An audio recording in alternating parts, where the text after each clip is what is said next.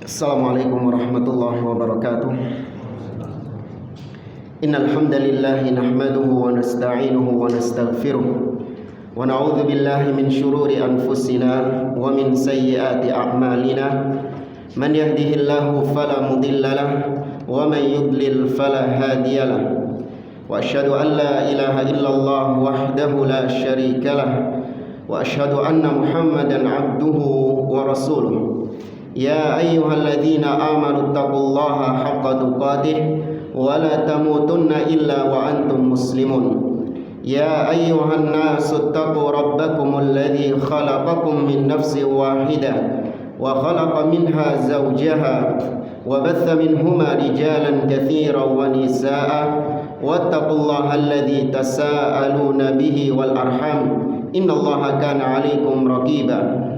Ya ayyuhalladzina amanu taqullaha wa qulu qawlan sadida yuslih lakum a'malakum wa yaghfir lakum dhunubakum wa man yuti'illaha wa rasulahu faqad faza fawzan 'azima. Amma ba'd, fa inna asdaqal hadithi kitabullah wa khairal hadi hadi Muhammadin sallallahu alaihi wasallam wa syarral umuri muhdatsatuha wa kullu muhdatsatin bid'ah wa kullu bid'atin dhalalah wa kullu dhalalatin finnar.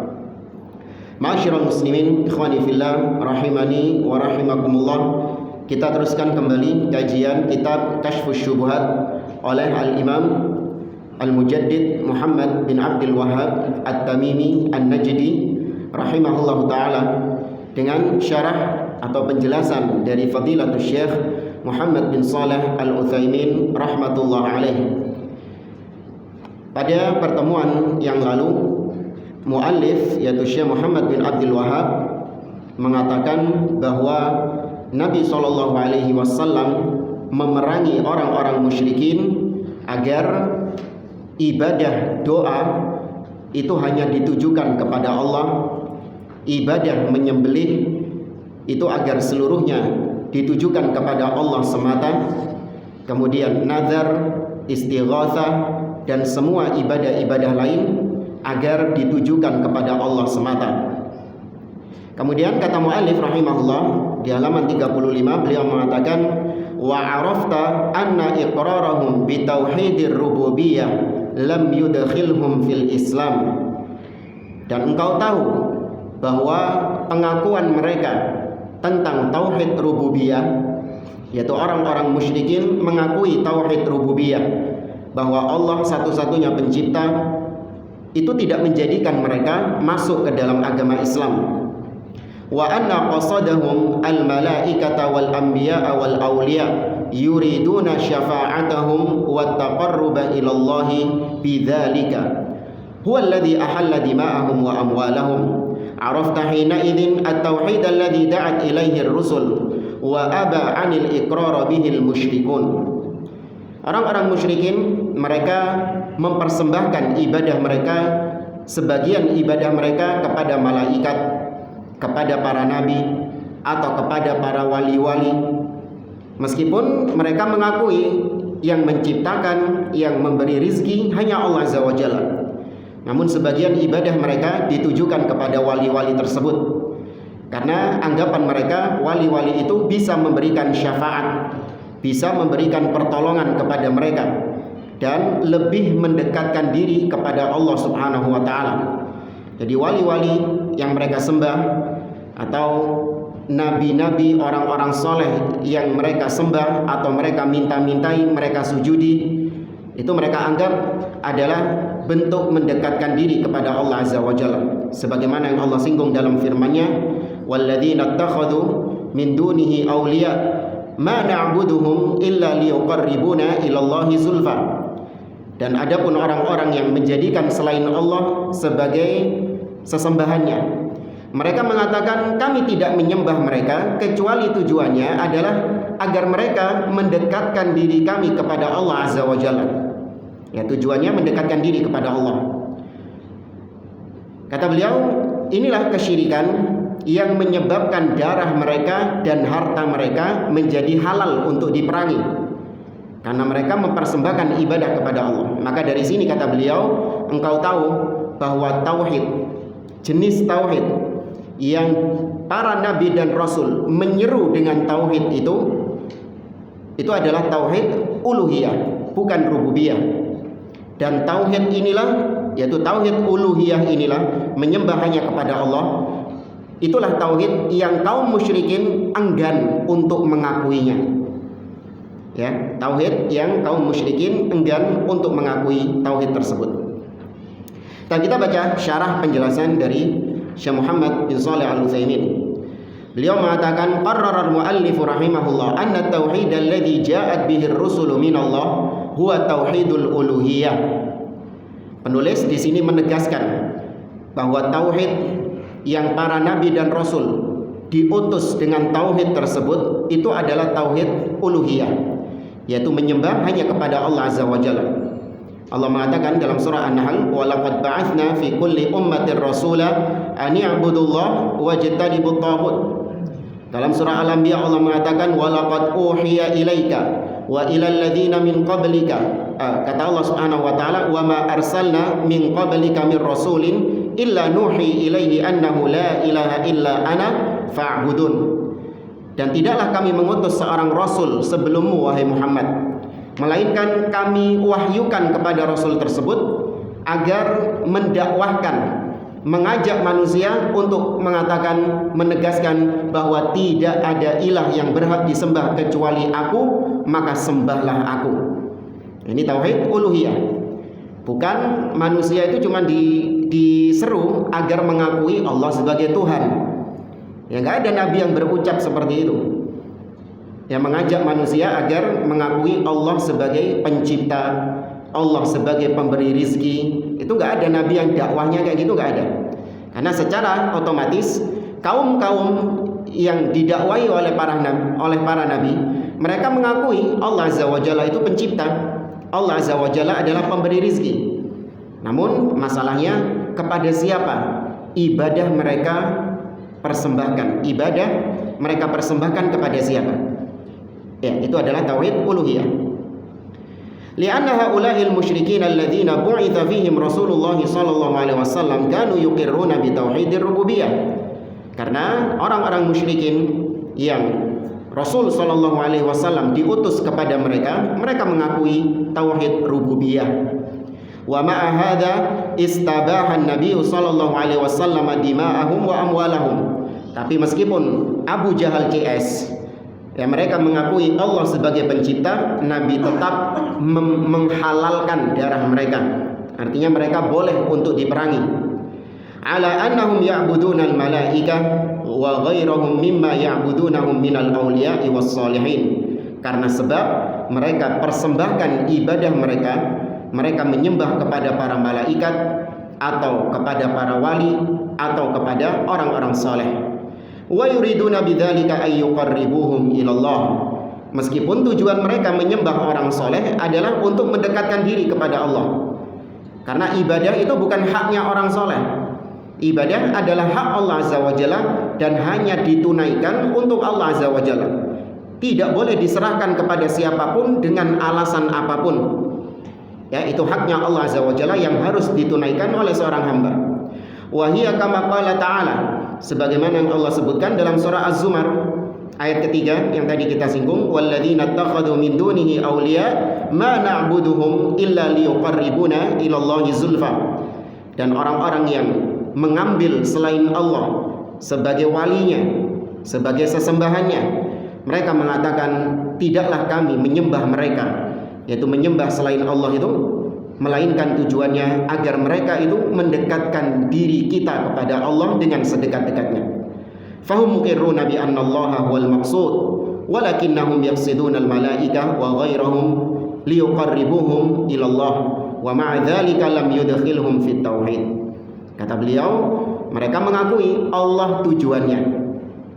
Ya, mereka menegaskan tujuan kami nyembah berhala, tujuan kami nyungsep-nyungsep di kuburan, delosor-delosor di kuburan, minta-minta kepada wali, tujuannya Allah.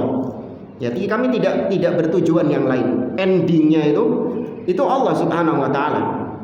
Tapi tetap hal tersebut tidak menjadikan mereka masuk ke dalam Islam, tidak menjadikan mereka hilang status musyriknya, alias itu perbuatan syirik, meskipun tujuannya kepada Allah Subhanahu wa taala.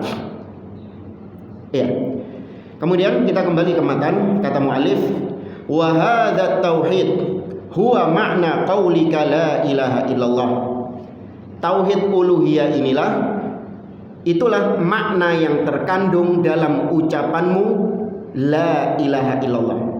Kau mengucapkan la ilaha illallah, itu maknanya adalah tauhid uluhiyah, yaitu yang berhak disembah, diibadahi hanya Allah. Ibadah apapun itu haknya Allah, tidak boleh diberikan kepada selain Allah Azza wa Jalla.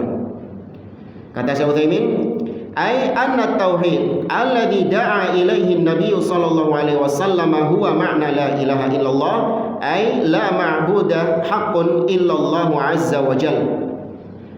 Tauhid yang didengungkan oleh Nabi sallallahu alaihi wasallam, nabi khusus dan para nabi secara umum, yang mana para nabi itu semuanya mereka menyeru la ilaha illallah. Makna dari la ilaha illallah adalah la ma'buda haqqun illallah. Tidak ada ma'bud, yaitu yang disembah. Ya, tidak ada ma'bud yang disembah dengan layak, dengan benar, kecuali Allah Azza wa Jalla. Ya, jadi jelas di sini beliau menekankan ilah itu maknanya adalah ma'bud, yang disembah, bukan khaliq, ya, bukan pencipta. Ya, karena sering kita sampaikan, jangan mengartikan la ilaha illallah dengan tidak ada Tuhan selain Allah. Kita dari kecil dicekcoki atau familiar dengan ucapan tidak ada Tuhan selain Allah, itu adalah terjemahan dari la ilaha illallah. Ini salah, bahkan bisa mengarahkan seseorang kepada syirik. Ya, ada sebagian orang yang mungkin, ini ngapa sih Ustadz ini ngono tok di permasalahan. Kan benar tidak ada Tuhan selain Allah. Ya, kita katakan benar. Ya, benar di situ. Memang tidak ada Tuhan selain Allah, tidak ada pencipta selain Allah Azza wa Jalla. Tapi bukan itu maksud dari la ilaha illallah. Jangan kau gunakan terjemahan tidak ada Tuhan selain Allah untuk mewakili kalimat la ilaha illallah. Ya, ada beberapa sisi kenapa ucapan tidak ada Tuhan selain Allah itu bisa atau kita salahkan. Ya, kita punya argumentasi kenapa hal tersebut tidak kita benarkan. Yang pertama tadi dari segi bahasa, la ilaha illallah, ilah itu artinya ma'bud, yang disembah. Ya, bukan Rob. Ya, kalau Rob itu baru pencipta, Tuhan. Ya, penguasa, pengatur alam semesta, itu Rob. Sedangkan kalimat tauhid itu bukan la robba illallah, tapi la ilaha illallah. Ya, ilah artinya ma'bud. Ya. Ini juga menegaskan kalimat yang muncul dalam Bible, ya, dalam Injil yang beredar di antara orang-orang Nasara, yaitu kalimat terakhir yang diucapkan oleh Jesus, kalimat terakhir yang diucapkan oleh Yesus, kalimat yang fenomenal. Ya, ketika disalib Yesus mengatakan Eli Eli lama sabaqtani, yang diterjemahkan ke dalam bahasa Indonesia yaitu Allahku, Allahku, kenapa kau meninggalkan aku? Nah, ini kalau diterjemahkan dengan bahasa Indonesia itu kayak biasa-biasa saja, tidak ada kesalahan di situ. Tapi ketika dalam versi Arabnya, Injil dalam versi Arabnya itu muncul kalimat Yesus mengatakan ilahi, ilahi limadza taraktani. Itu Yesus memanggil ilahi, berarti dia itu punya ilah. Ilah tadi maknanya apa? Sesembahan. Ya, kalau yang disembah, Yesus yang disembah sama orang-orang Nasara itu ternyata punya ilah juga, berarti dia itu abdun, dia itu hamba. Ya, dia karena dia juga menyembah kepada yang dia panggil itu, ilahi, ilahi.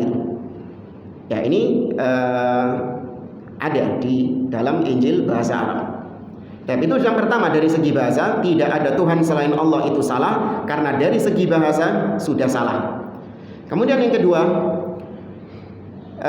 tidak ada Tuhan selain Allah itu salah, karena orang yang paling paham tentang kalimat la ilaha illallah itu adalah para nabi dan rasul. Nah, para nabi dan rasul semuanya sepakat mengartikan la ilaha illallah dengan la ma'buda bihaqqin illallah. Tidak ada ma'bud, tidak ada ilah, sesembahan yang layak untuk disembah kecuali Allah Azza wa Jalla. Ya, tadi ayatnya dalam surah An-Nahl, walaqad ba'atsna fi kulli ummatin rasula an i'budullaha wajtanibut taghut. Kemudian tadi dalam surah Al-Anbiya, ya wa ma arsalna min qablika mir rasulin illa nuhi ilaihi annahu la ilaha illa ana fa'budun. Kemudian juga kalau Anda lihat dalam surat Al-A'raf, Allah Subhanahu wa taala menyebutkan Nabi Nuh, kemudian Nabi Hud, kemudian Nabi Saleh, kemudian Nabi Lut, kemudian Nabi Syuaib alaihimussalam. Allah sebutkan seruan para nabi itu kepada kaumnya dalam kalimat yang sama. Mereka menyeru kaumnya untuk menyembah Allah dan meninggalkan sesembahan selain Allah. Wa laqad arsalna nuhan ila qaumihi faqala ya qaumi ibudullah ma lakum min ilahin ghairu. Nabi Nuh mengatakan, wahai kaumku, sembah Allah, beribadalah kepada Allah. Kalian tidak punya sesembahan yang hak kecuali Dia saja. Kemudian Nabi Hud, wa ila adin akhahum hudan qala ya qaumi ibudullah ma lakum min ilahin ghair. Dengan kata-kata yang sama, wahai kaumku, kata Nabi Hud, sembahlah Allah, kalian tidak punya sesembahan lain yang hak kecuali Allah Azza wa Jalla. Wa ila thamuda akhahum salihah qala ya qaumi ibudullah ma lakum min ilahin ghairu. Wa ila madyan akhahum syu'aiba qala ya qaumi ibudullah ma lakum min ilahin ghairu. Ya, maka para nabi dan rasul mengartikan la ilaha illallah itu dengan tidak ada yang berhak disembah dengan benar kecuali Allah Azza wa Jalla. Kemudian yang ketiga, orang-orang musyrikin Quraisy, Abu Jahal CS, mereka itu orang Arab asli. Bahkan mereka ini adalah para sastrawan, orang-orang yang pandai berbahasa Arab. Sehingga ketika Nabi mengajak mereka untuk mengucapkan la ilaha illallah, otomatis mereka tahu, otomatis mereka ngeh kalau yang dimaksud la ilaha illallah itu adalah tidak boleh ada yang disembah kecuali Allah saja. Karenanya Allah katakan, Allah abadikan ucapan mereka, innahum kan idza qila lahum la ilaha illallah yastakbirun wa yaquluna a inna latariku alihatina li syairin majnun. Sesungguhnya mereka itu ketika diajak untuk mengucapkan la ilaha illallah, mereka enggak mau. Seraya mengatakan, apakah kami, ini bukan Nabi yang ngajar ini, langsung otomatis tahu mereka, apakah kami disuruh meninggalkan sesembahan kami ini demi untuk penyair yang gila itu? Otomatis Nabi nggak pernah mengajarkan kepada mereka, kalau ngomong la ilaha illallah itu ya, kalian itu harus membuang berhala-berhala kalian, jadikan Allah sebagai satu-satunya yang disembah. Nabi nggak pernah ngomong gitu. Cukup dengan kalimat la ilaha illallah, langsung mereka ngeh, langsung mereka tahu. Ya, ini yang ketiga, orang-orang musyrikin mereka memahami la ilaha illallah dengan tidak ada ilah yang berhak disembah kecuali Allah Subhanahu wa taala. Andai kata la ilaha illallah memang artinya tidak ada Tuhan selain Allah, kira-kira Abu Jahal CS mau mengucapkannya enggak? Mau. Kalau la ilaha illallah itu artinya tidak ada Tuhan selain Allah, maknanya tidak ada Tuhan selain Allah. Nabi ngomong ya kepada orang-orang Quraisy, qulu la ilaha illallah tuflihu. Ucapkan la ilaha illallah, kalian akan sukses, kalian akan bahagia, kalian akan beruntung. Kalau maknanya la ilaha illallah itu adalah tidak ada Tuhan selain Allah, orang-orang Quraisy mau mengucapkannya. Kenapa? Karena mereka itu sudah mengakui Tuhan hanya siapa? Allah Azza wa Jalla. Gak perlu Abu Lahab sampai akhirnya memisahkan hubungan silaturahimnya dengan Nabi SAW. Gak perlu. Padahal Abu Lahab ini sama Nabi, sebelum Nabi ngomong la ilaha illallah, Abu Lahab sama Nabi ini cinta luar biasa. Ketika Nabi lahir, wanita yang pertama kali menyusui Nabi SAW siapa? Wanita yang menyusui Nabi SAW, Thuwaibah sebelumnya Halimah. Siapa Thuwaibah itu? Budaknya Abu Lahab. Budaknya Abu Lahab diperintahkan untuk menyusui ponakannya ini, Nabi SAW. Cinta luar biasa. Tapi gara-gara Nabi menyeru la ilaha illallah, belenek. Bisa jadi musuh. Ya, ini menunjukkan bahwa yang dipahami oleh orang-orang musyrikin, la ilaha illallah itu adalah tauhid uluhiyah. Tidak ada yang berhak disembah kecuali Allah. Kemudian kesalahan yang keempat, kenapa tidak ada Tuhan selain Allah itu salah? Karena kalau tidak ada Tuhan selain Allah itu dibenarkan, maka berarti bisa membuat seseorang itu terjatuh ke dalam syirik. Kenapa demikian? Karena orang menganggap namanya tauhid itu hanya sekedar mengakui Tuhan hanya Allah. Sudah selesai, tauhidmu beres. Selama mengakui Tuhan hanya Allah. Meskipun kau nyungsep di kuburan, meskipun kau datang ke dukun, percaya ramalan-ramalan, pakai jimat, menyembelih untuk jin-jin penunggu, ya, kau misalnya mempersembahkan sesajen atau apa, perbuatan-perbuatan seperti itu. Tapi selama kau meyakini Allah sebagai Tuhan, syirik nggak menurut mereka? Menurut mereka nggak syirik. Makanya Anda dapati kenapa banyak di antara kaum muslimin enjoy berbuat kesyirikan, nyantai, santai, nggak ada beban gitu loh. Anda kadang lihat orang-orang yang terjatuh ke dalam kesyirikan itu, kita kadang mikir, kok iso loh, kok bisa santai, bahkan diekspos di televisi, nggak ada malunya sama sekali, bahkan bangga dia. Ya, orang kadang kalau koruptor atau ketahuan berzina atau narkoba, itu kalau diwawancarai gitu biasanya kan apa? Nutup ini, malu dia. Tapi kita lihat para pelaku kesyirikan bangga dia menampakkannya. Itu sekali lagi karena pemahaman mereka syirik itu adalah ketika kau meyakini ada pencipta lain selain Allah. Ya, ada yang pencipta khalik selain Allah, ada Tuhan lain selain Allah Subhanahu wa taala. Nah, itu baru syirik. Loh, kalau gitu syirik itu seperti apa? Oh, itu seperti orang-orang Hindu, seperti orang-orang Buddha. Mereka mengakui yang menciptakan ini apa, dewa apa? Wisnu, Krishna, Brahma. Ya, kalau Wisnu itu pemelihara, Siwa itu penghancur. Ya. Ya, jadi kalau ini menciptakan, memelihara, dan yang menghancurkan. Nah, itu baru syirik kata mereka. Karena mereka tidak mengakui Allah sebagai pencipta, tidak mengakui Allah sebagai pemilik alam semesta. Tapi kalau orang-orang yang mengakui Allah sebagai pencipta, maka dia bertauhid. Karenanya dia menganggap semua orang muslim itu ya nggak perlu lagi dakwah tauhid. Buat apa dakwah tauhid itu buang-buang waktu? Ngajak orang untuk mengesahkan Allah, ya, memperingatkan orang dari kesyirikan, itu buang-buang waktu. Kenapa? Kaum muslimin tanya seluruh dunia, kaum muslimin ketika ditanya siapa yang menciptakan, pasti jawaban mereka apa? Ada yang menjawab tadi Krishna, Brahma, itu ada. Orang Islam apapun sektenya, bagaimanapun bejatnya, brengseknya, bagaimanapun akidahnya, kalau ditanya siapa Tuhan, mereka menjawab Allah. Nah, berarti kata mereka tauhidnya itu sudah beres, sudah nggak perlu lagi dakwah tauhid. Makanya yang dakwah tauhid dianggap buang-buang waktu, ya, dianggap yang nggak penting, memecah belah umat. Ya, padahal bukan itu tauhid yang sebenarnya. Tauhid yang sebenarnya adalah ya, menetapkan Allah sebagai ilah satu-satunya. Tapi itu berarti ada berapa poin tadi? 4 ya? Ya, berarti ada 4 poin kurang lebihnya.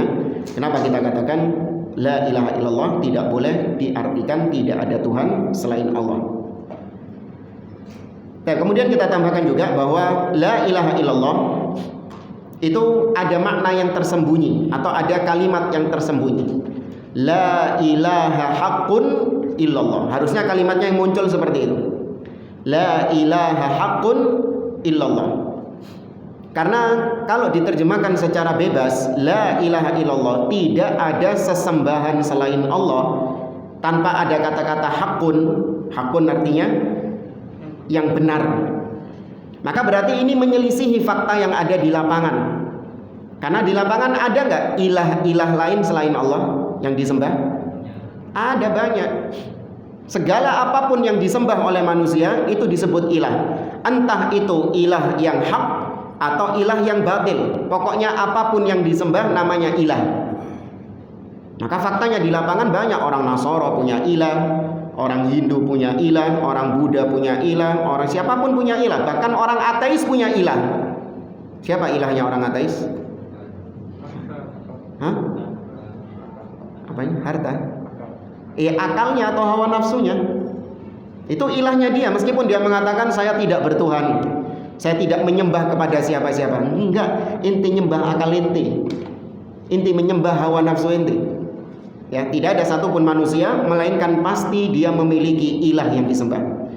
Maka kalau dikatakan la ilaha illallah artinya tidak ada sesembahan selain Allah, ini menyelisihi fakta yang ada di lapangan. Ya, dan Allah juga menegaskan di dalam firman-Nya, mengakui memang ada banyak ilah-ilah di atas muka bumi ini. Kata Allah Azza wa Jalla, "Fama aghnat anhum alihatuhum." Tidak bermanfaat ilah-ilah mereka. Nah, itu Allah menetapkan ada ilah-ilah lain selain Dia. Allah juga berfirman dalam surah Luqman, "Dzalika bi anna Allaha huwal haqq wa anna ma yad'una min dunihi al-batil." Yang demikian itu karena Allah satu-satunya ilah yang hak, sedangkan yang mereka seru, yang mereka minta-mintai itu adalah ilah yang batil. Ya, maka dengan demikian kalimat yang muncul itu ada yang bukan dihilangkan karena korupsi ucapan, tidak. Tapi memang dari segi bahasa Arab sudah otomatis dipahami la ilaha illallah itu artinya la ilaha haqqun illallah. Kata Syekh Utsaimin, fahum ya'lamuna anna ma'naha la ma'budu haqqun illallahu azza wa jalla. Orang-orang musyrikin mereka itu tahu betul bahwa la ilaha illallah itu maknanya adalah tidak ada ma'bud, tidak ada sesembahan yang hak kecuali Allah. Wa laisa ma'naha la khaliqa aw la raziqa aw la mudabbira illallah. Dan mereka tahu la ilaha illallah itu bukan maknanya tidak ada pencipta selain Allah, tidak ada yang ngasih rizki selain Allah, tidak ada yang mengatur selain Allah. Ini Abu Jahal JS itu tahu. Makanya Abu Jahal JS kalau ngelihat orang-orang di zaman sekarang mengartikan la ilaha illallah dengan tidak ada pencipta, tidak ada pemberi rizki selain Allah, ketawa dia. Ketawa dia, Abu Jahal JS ini ketawa. Bukan itu maknanya. Aula qadira 'alal ikhtira'i illallah, atau ada juga yang mengartikan la ilaha illallah artinya tidak ada yang mampu untuk mengadakan sesuatu, menemukan sesuatu, menciptakan sesuatu kecuali Allah. Kama yaquluhu katsirun minal mutakallimin, sebagaimana banyak diucapkan oleh orang-orang ahlul kalam. Ya, orang-orang mutakallimin atau para orang-orang yang terpengaruh dengan ilmu filsafat, ya, ilmu kalam. Apa itu ilmu kalam? Yaitu ilmu yang ilmu untuk mempelajari akidah, tapi dengan berlandaskan rasio, atau ilmu untuk menetapkan akidah dengan berlandaskan akal. Ya, itu yang disebut ilmu kalam. Akal digunakan untuk menjustifikasi dalil. Ya, dalil yang sesuai dengan akal mereka terima, yang tidak sesuai dengan akal mereka tolak atau mereka takwilkan. Nah, itu menjadi asas mereka dalam akidahnya, sebagaimana yang dikatakan oleh Fakhruddin Ar-Razi, salah satu pentolan Asy'ariyah. Ya, di antara usul pokok landasan mereka adalah taqdimul aqli 'alan naql, mengedepankan akal daripada dalil. Ya, kalau ahlu sunnah tidak. Ya, taqdimun naqli 'alal aqli, lebih mengedepankan dalil daripada akal. Bukan berarti nggak berakal, tidak. Namun akal itu digunakan untuk memahami dalil, bukan untuk menghakimi dalil. Imam Malik bin Anas mengatakan, ya laita syi'ri bi ayyi aqlin tuzanul kitab was sunnah. Dengan akal siapa Al-Quran dan As-Sunnah itu ditimbang?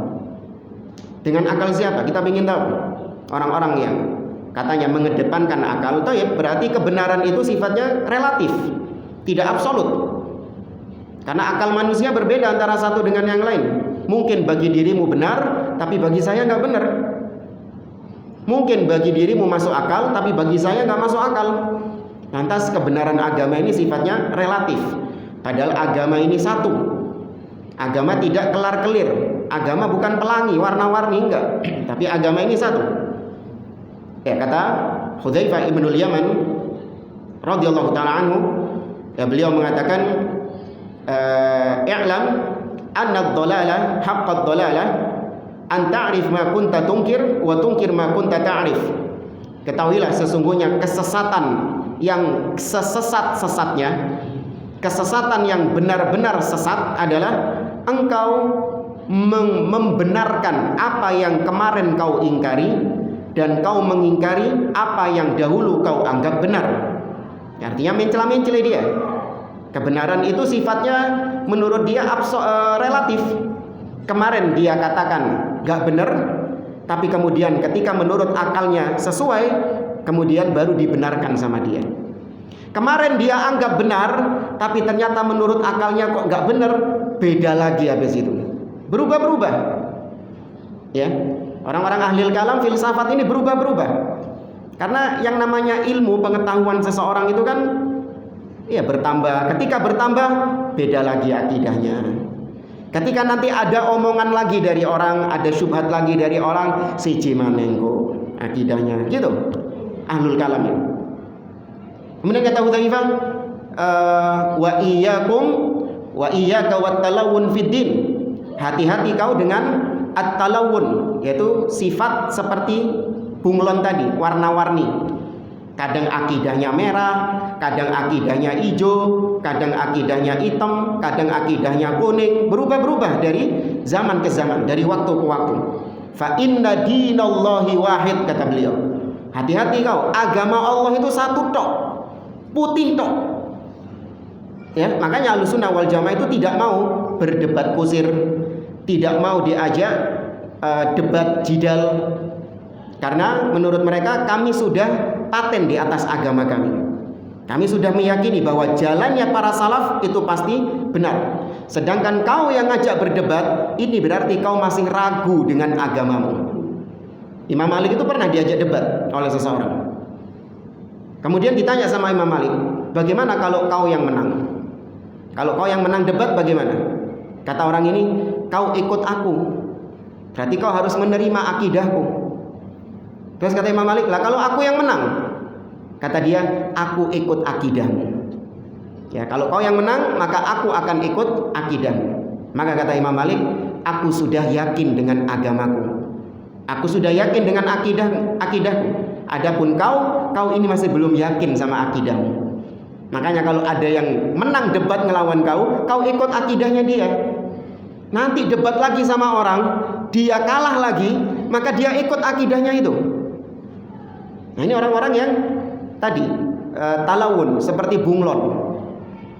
Ya, ke sini merah, ke sana hijau, nanti ke tempat lain hitam dan seterusnya. Tidak, agama Allah itu satu.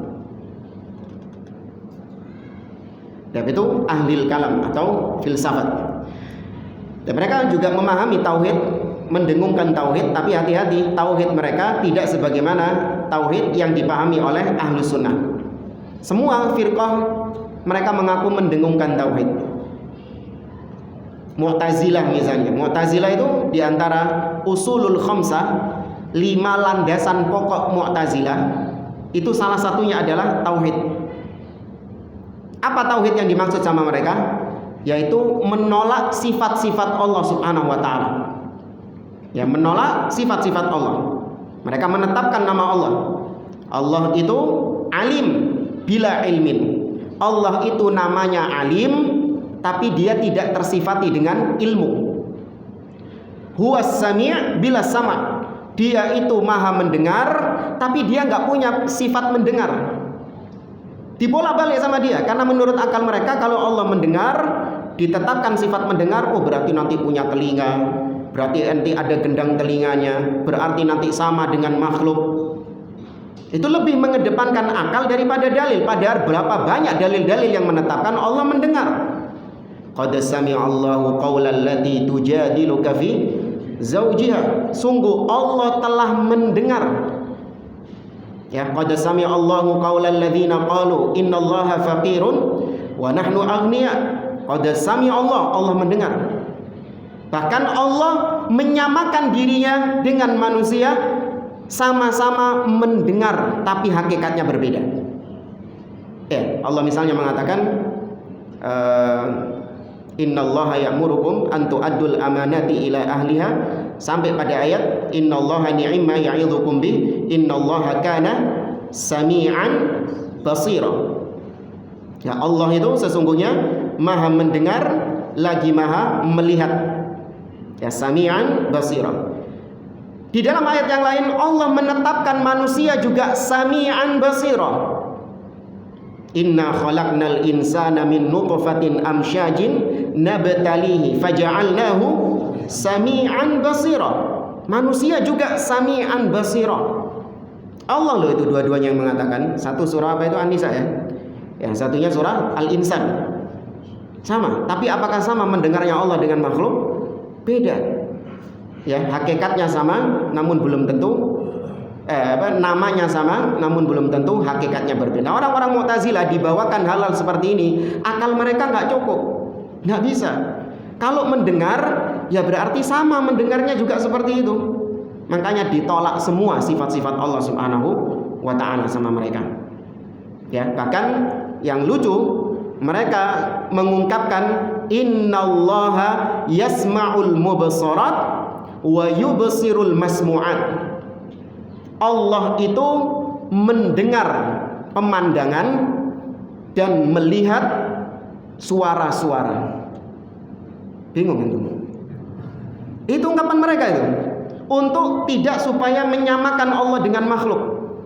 Innallaha yasma'ul mubsarat, sesungguhnya Allah itu mendengar pemandangan, wa yubsirul masmu'at, dan Allah melihat suara-suara. Sampel. Ya, akidahnya seperti itu. Dari mana ini? Dari filsafat-filsafat.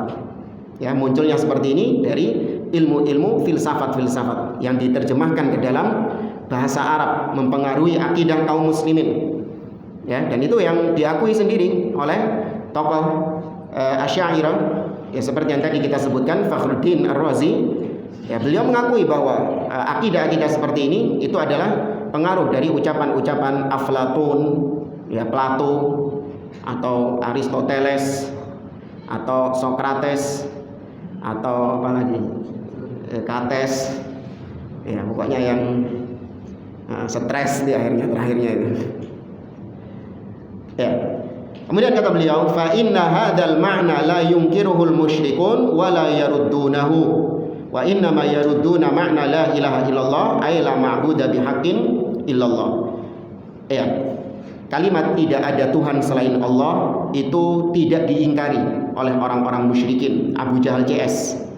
Mereka mengakui tidak ada Tuhan selain Allah. Tapi yang mereka tolak adalah tidak ada yang berhak disembah selain Allah. Itu yang bikin perang. Itu yang bikin mereka sampai marah, mengusir Nabi, ya, kemudian mencaci maki Nabi, kemudian sampai perang Badar, ya, perang Uhud, perang Ahzab, dan peperangan-peperangan yang lain. Ini gara-gara ucapan la ilaha illallah itu. Ya, bukan dalam perkara-perkara yang lain. Tapi mereka nggak terima kalau ajaran nenek moyang mereka yang merupakan penyembahan terhadap berhala-berhala itu kemudian dihilangkan, nyembah hanya kepada satu sesembahan saja. Aja'alal alihata ilahan wahida inna hadza la syai'un ujab. Apakah Muhammad ini ingin menjadikan sesembahan-sesembahan yang banyak ini, ada Lata, Uzza, Manat, Hubal, ada 360 lebih itu berhala. Apakah banyaknya ini sesembahan ini kemudian dibuang kabeh, terus kita cuma nyembah satu Tuhan tok, satu sesembahan tok, inna hadza la syai'un ujab. Wah, ini sesuatu yang aneh ini. Kita nggak pernah kayak gini. Dari dulu nenek moyang kita ya sudah kayak gini. Ya, wa idza qila lahum ittabi'u ma anzalallah qalu bal nattabi'u ma alfaina alaihi aba'ana. Kami tetap akan mengikuti apa yang telah berjalan dari nenek moyang kami. Ya, itu ini ya, dari dulu sampai sekarang itu seorang ketika menghadapi warisan leluhur, warisan nenek moyang, itu sangat sulit sekali. Itu rintangan semua nabi dan rasul. Ya, rintangan semua nabi dan rasul, yaitu kaumnya gak mau melepaskan diri dari ajaran leluhur. Dianggapnya ajaran leluhur itu adalah kebenaran. Padahal al-haqqu mir rabbik. Ya, kebenaran dari Allah Subhanahu wa taala. Baik, saya cukupkan sampai di sini. Insyaallah kita lanjutkan pada pertemuan akan datang. Wallahu a'lam. Subhanakallahumma rabbana wa bihamdik asyhadu an la ilaha illa anta astaghfiruka wa atubu ilaik. Wa akhiru da'wana anil hamdulillahi rabbil alamin. Assalamualaikum warahmatullahi wabarakatuh.